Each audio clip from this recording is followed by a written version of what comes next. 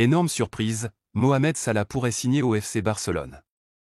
L'avenir de Mohamed Salah, star égyptienne de Liverpool, est devenu un sujet brûlant depuis qu'il a annoncé que cette saison pourrait être sa dernière avec le club.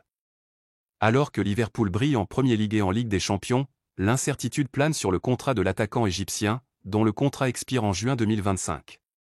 Les fans, inquiets de le voir quitter le club, s'interrogent sur son avenir, surtout après que Salah a déclaré qu'il joue sa dernière saison avec le club anglais. Cette déclaration a créé une onde de choc, suscitant curiosité et inquiétude parmi les supporters. Malgré cette situation contractuelle délicate, Salah vit l'une de ses meilleures saisons avec Liverpool depuis son arrivée en 2017. Il a déjà inscrit 20 buts et délivré 17 passes décisives en 26 matchs cette rencontre, ce qui témoigne de son incroyable forme. Cependant, la déclaration de Salah, où il exprime son désir de gagner la Premier League avant de potentiellement quitter, montre une dualité. Il souhaite contribuer au succès de l'équipe tout en gardant un œil sur son avenir incertain. Depuis un certain temps, le FC Barcelone garde un œil sur Mohamed Salah. Le joueur connaît une belle renaissance grâce à sa forme actuelle. Bien qu'il ait souvent été lié à un transfert à Barcelone, notamment parce qu'il pourrait arriver en tant que joueur libre, deux obstacles se dressent devant lui, tout d'abord, son salaire, qui sera probablement très élevé, et ensuite, la concurrence avec l'attaquant de Liverpool, qui évolue au même poste que Lamine Yamal. Malgré tout, Salah demeure une option à considérer pour le Barça qui renforcerait de la plus belle des manières si jamais il réussissait à signer l'Égyptien. La sortie agacée d'Hansi Flick sur les cas Olmo et Victor. Présent en conférence de presse avant d'affronter Barbastro dans le cadre des 16e de finale de la Coupe du Roi, Hansi Flick a logiquement été interrogé sur les cas Dani Olmo et Pau Victor, alors que ces derniers n'ont toujours pas été inscrits par les culés pour la seconde partie de saison. La tension monte en Catalogne. Dans une situation économique toujours aussi précaire, le FC Barcelone se retrouve dos au mur. Après avoir été débouté à 2 reprises par la justice espagnole, le club catalan espère pourtant toujours pouvoir inscrire Dani Olmo et Pau Victor sur le gong. Une situation qui ne manque pas d'agacer les supporters barcelonais et sur laquelle Hansi Flick est logiquement revenu, ce vendredi, en conférence de presse. Face aux journalistes, le technicien barcelonais a tout d'abord renouvelé sa confiance vis-à-vis de sa direction, et ce même si Joan Laporta commence à frustrer de plus en plus d'observateurs. Je ne veux pas parler de ça parce que ce n'est pas mon travail, c'est mon travail de préparer l'équipe pour le match. Mais je suis en contact avec le président, j'ai parlé aujourd'hui, j'ai confiance dans le club. Tout le monde fait son travail. Le mien est de préparer le match. Flick n'est pas content. Relancé sur ses 2 protégés, l'Allemand de 59 ans a toutefois reconnu un agacement certain face à l'incertitude. Honnêtement, je ne suis pas content de la situation, et les joueurs non plus, mais c'est comme ça. Nous sommes des professionnels. La confiance est là. Il faut attendre la décision. Je ne pense pas à l'avenir ou au passé. J'ai parlé à Dani et Pau et la situation n'est pas facile pour eux, mais ils sont positifs et veulent jouer pour ce club. Ce sont de très bons joueurs et importants pour nous. L'agent de Dani Olmo clarifie tout sur l'avenir de son joueur.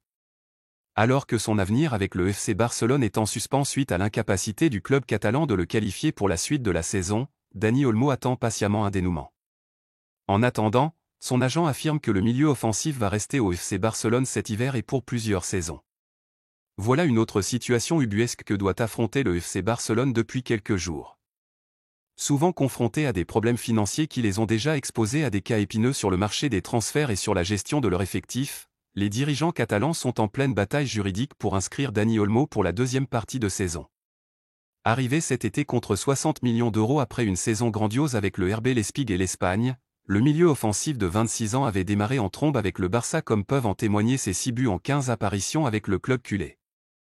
Mais voilà, ses débuts prometteurs pourraient ne connaître aucune suite.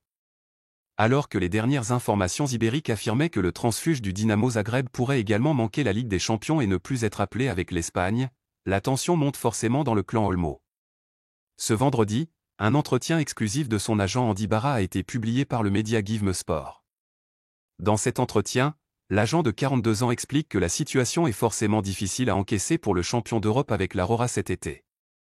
C'est une situation stressante pour Dani, comme pour n'importe quel autre joueur. Mais c'est un grand joueur et une grande personne, il essaie de rester calme. Bien sûr, Dani est un gagnant et il aime jouer les matchs, pas les regarder. Dani Olmo veut rester au FC Barcelone.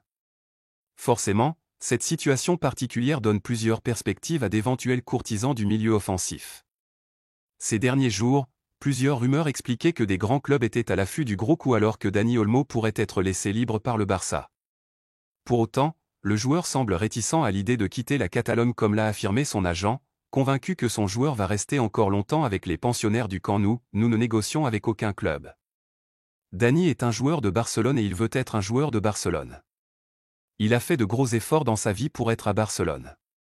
C'était son désir depuis longtemps. Barcelone est la première et la dernière option. Dani, son père, sa famille, moi, nous ne pensons pas à d'autres options. Bien sûr, les meilleurs joueurs sont ceux qui sont libres, mais les émotions comptent aussi. Nous n'avons jamais pris de décision de carrière pour l'argent.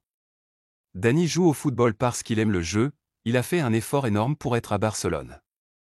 Je suis également heureux d'avoir Dani à Barcelone, c'est l'un des meilleurs joueurs du monde dans l'un des plus grands clubs du monde. Le mea culpa de l'arbitrage après l'expulsion d'Hansi Flick. Le 7 décembre dernier, à l'occasion d'un match de Liga face au Betis, Hansi Flick écopait d'un carton rouge après avoir protesté contre une décision arbitrale. Un choix qui avait fait jaser du côté des Catalans. Ils avaient tenté de faire appel de la sanction, puisque l'Allemand était interdit de banc pour affronter le Ghané et l'Atlético de Madrid, sans succès. À l'occasion d'un séminaire hebdomadaire du comité technique des arbitres, Luis Medina Cantalejo, président du comité, a reconnu une erreur concernant le carton infligé à l'entraîneur blaugrana. Dans un audio dévoilé par Gigante et relayé par Mundo Deportivo, on peut entendre Medina Cantalejo admettre que l'expulsion d'Hansi Flick était particulièrement sévère, et cette semaine, je dois le dire, nous avons vu l'expulsion d'un entraîneur. Que Dieu vienne le voir.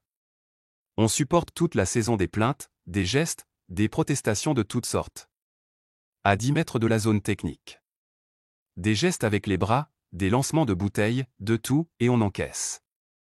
Et maintenant, il s'avère qu'il n'avait rien fait, malgré tout ce que j'ai vu.